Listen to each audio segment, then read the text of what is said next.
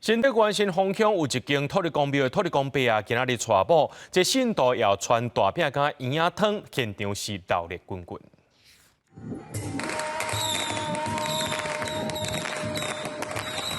迎亲车队沿路擂鼓放炮，现场热烈滚滚。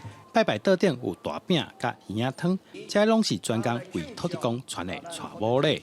庙方阁特别替土地公煲甲菜，实在真趣味。我一生当中啊，头一摆看到土地公娶某的，啊，真趣味啊！啊，真水，啊，食老这啦。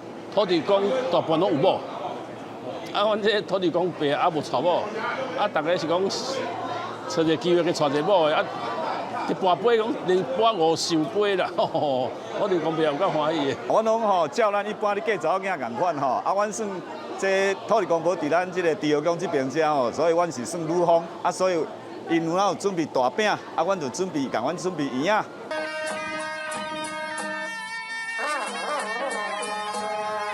庙方人员摸土地公参土地公煲，两位新民面顶充满笑容，准备就车登去土地公庙。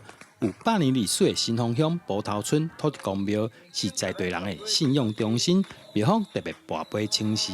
有人建议讲吼，无来甲土地公带一土地婆，啊嘛大家认为讲安尼可以，啊就甲跋杯，我们就开始呢做筹备啦，大家找个良辰吉日啊，给土地公结缘土地婆。